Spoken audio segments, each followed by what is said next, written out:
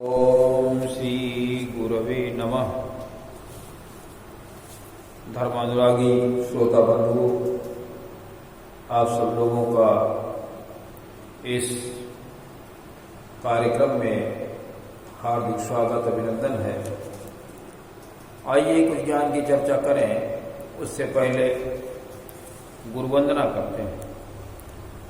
ओम गुरुर्ब्रह्मा गुरुर्विष्णु गुरुरेव महेश्वर गुरुरेव परब्रह्म तस्मै श्री गुरवे नमः।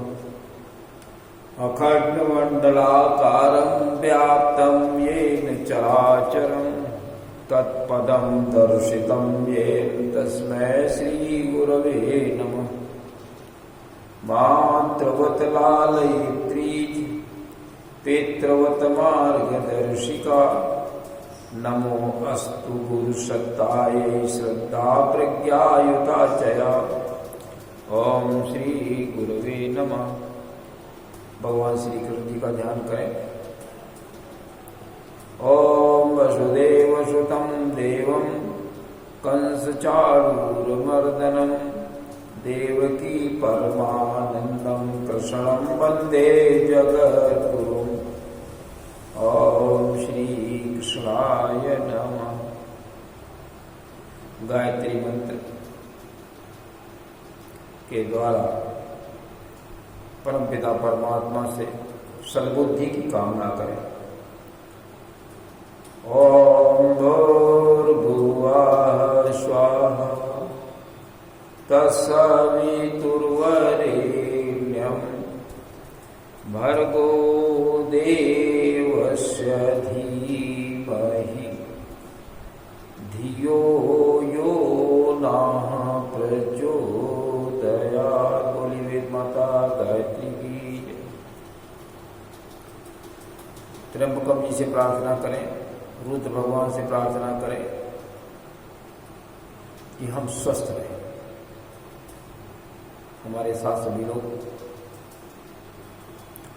महामृत्युंजय मंत्र से उसी परमपिता परमात्मा से प्रार्थना करें। ओम त्र्यंबकं यजामहे सुगंधिं पुष्टिवर्धनम् उर्वारुकमिव बन्धनान् मृत्योर्मुक्षीयमामृतात्। बोले त्र्यंबकं भगवान की। भाइयों बहनों, श्रोता बंधु, पिछले कार्यक्रम में हम चर्चा कर रहे थे कि भगवान राम ने बाली को एक ही बाण से मार दिया। वो बाण सीधे उनके हृदय में लगा जा करके और वो पृथ्वी पर गिर पड़े। साथ में ये भी पहचान गए ये ईश्वर के अवतार हैं, भगवान के अवतार हैं, कोई साधारण मनुष्य नहीं है। लेकिन दिमाग में गुस्सा भी था कि मेरा अपराध क्या था कि जो मुझे मार दिया। आप तो धर्म की रक्षा के लिए अवतरित हुए हैं, लेकिन आपने बहेलिए की तरह छिप करके हमें मार दिया। तू कहता है राम से। राम जब सामने पहुंचे पहचान गया तो कहता है धर्म हेतु अवतरे गोसाई और मारे मोहि व्याध की नाई। धर्म की स्थापना के लिए,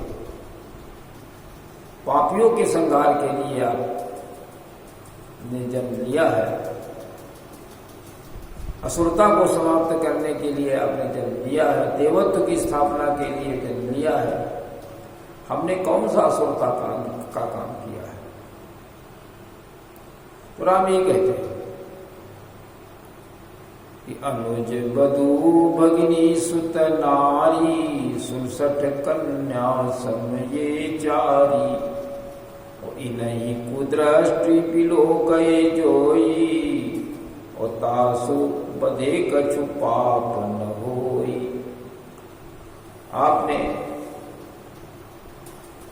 अपने भाई की पत्नी को, है ना, छीन लिया उससे, इसलिए यह पाप बन रहा है आपके द्वारा।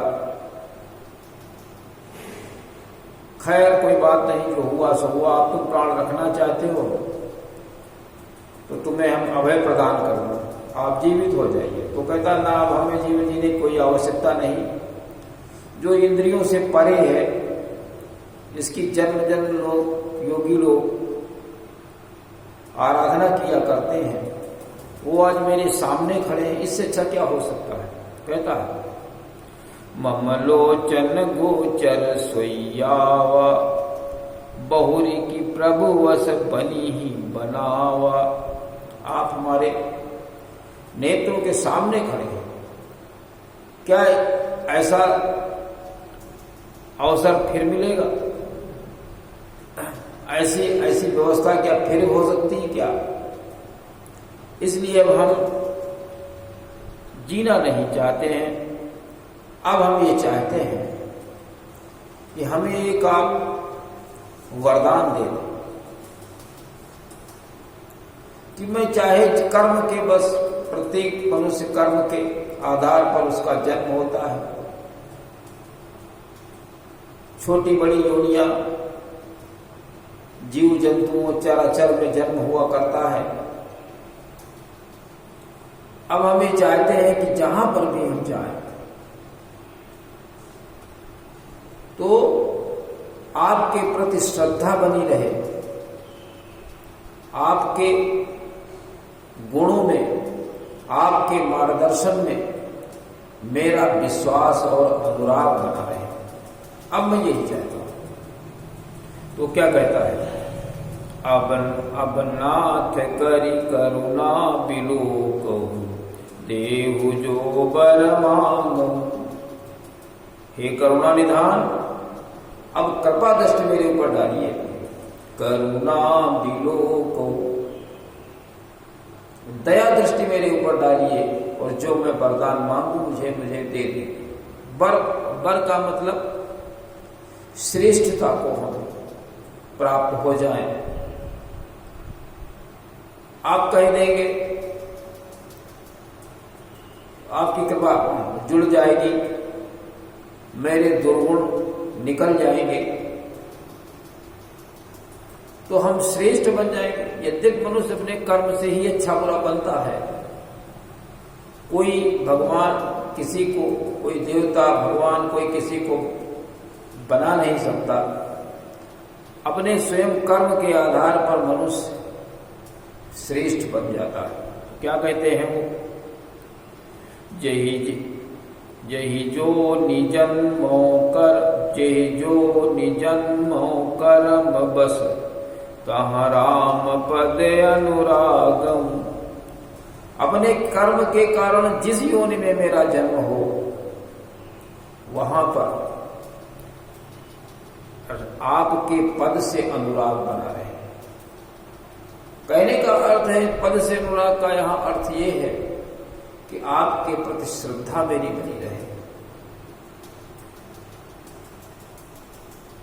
आपका जो ये मंत्र राज है, उसके लिए हम समर्पित हो जाए।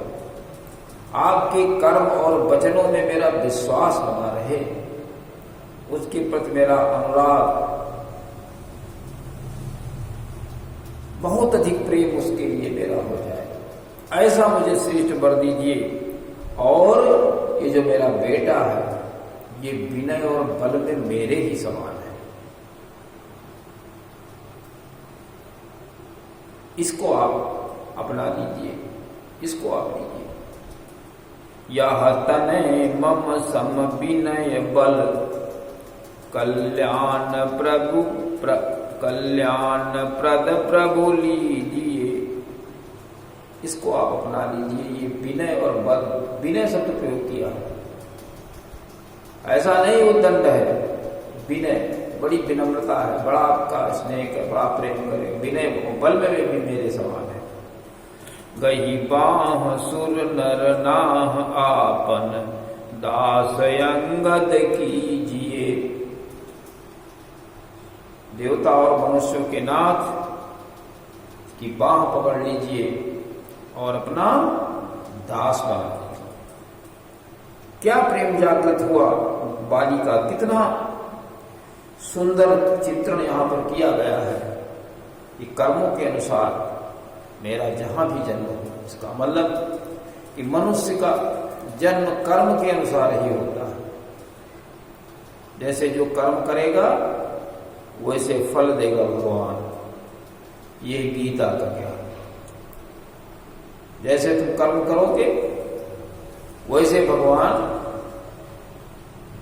आपको फल देगा।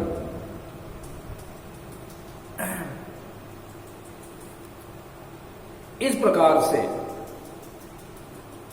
बाली को राम के हाथ में सौंप दिया और उसका प्राणांत हो गया। उन्हीं के सामने उसकी मृत्यु हुई। तारा रोने बिलखने लगी।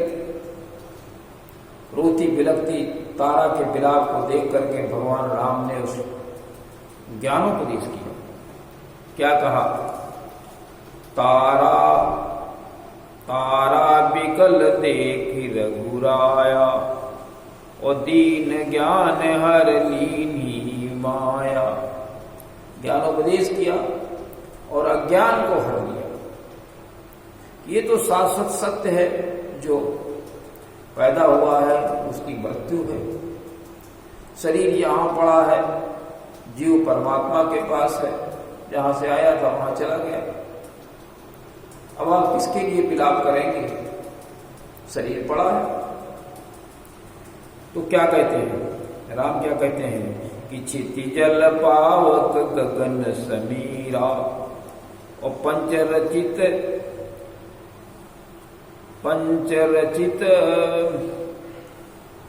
यह अधम शरीरा। पंचरचित अति अधम शरीरा। क्षिति जल पावक गगन शरीर, ये 5 तत्वों से मिलकर के शरीर बना है, जो प्रकृति के हैं।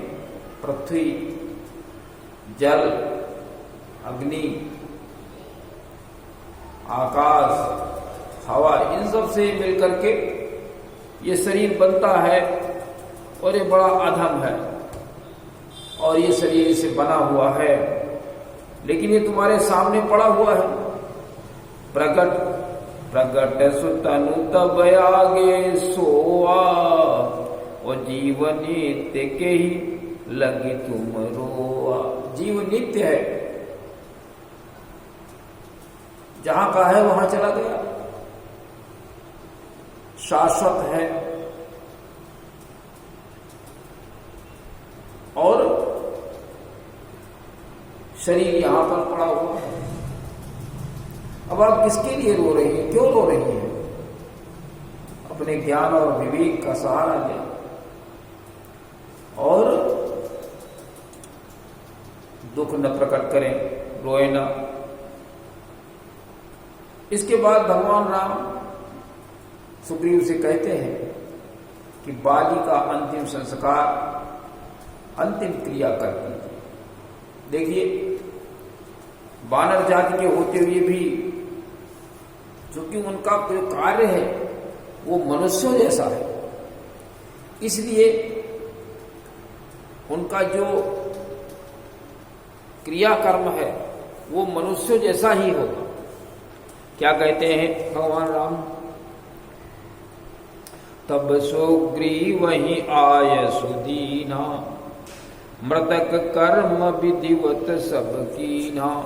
जो मृतक कर्म है, दाह संस्कार, एकादशा, श्राद्ध और तर्पण, ये सब मृतक संस्कार है। सुग्रीव ने विधिवत, जैसा शास्त्रोक्त है वैसा सब विधि के अनुसार सुग्रीव जी ने बाली का किया। इसके बाद राम ने आदेश दिया कि इनका राज तिलक कर दीजिए। तो लक्ष्मण ने क्या किया? उनके परिवार वालों को बुलाया, प्रवासियों को बुलाया, विप्रों को बुलाया। बगैर विप्र के काम नहीं चलता। विप्र त्यागी, तपस्वी, 9 गुणों से युक्त होते हैं, जहां वो खड़े होते हैं वहां सारी व्यवस्थाएं सब ठीक ठाक हो जाते हैं। तो क्या कहते हैं, लक्ष्मण तुरत बुलाए, पुरजन विप्र समाज, राजुदीन सुग्रीव कहाँ, अंगद कहाँ जुबराज। लक्ष्मण तुरत बुलाए, पुरजन विप्र समाज, राजुदीन सुग्रीव कहाँ, अंगद कहाँ युवराज। लक्ष्मण ने राम जो की गांव जा नहीं सकते थे, 14 बरस राम वनवासी।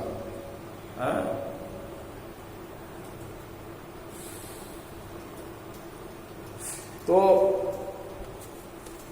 लक्ष्मण को भेजा और लक्ष्मण ने जाकर के पुरजनों को बुलाया, विप्रों को बुलाया, समाज को बुलाया और वहां पर सुग्रीव को राजा राज तिलक किया और अंगद को युवराज बना दिया।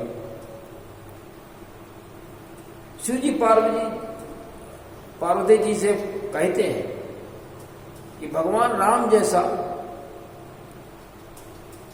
हितैषी कौन हो सकता है।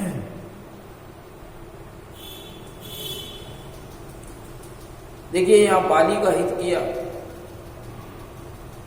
और सुग्रीव का हित किया और बाली की भी इच्छा पूरी कर दी, अंगद को युवराज बना दिया। तो शिव जी कहते हैं, उमाराम समहित जग माई, गुरपित मातु बंधु प्रभु नाही। गुरु, माता, पिता, बंधु, स्वामी, ये सब राम के समान में कोई हितैषी नहीं। सबसे हितैषी है तो राम है, यहां हित दिखाई दे रहा है। और सुर नर मुनि सब कया रीति, स्वार्थ लागी करहि सब प्रीति।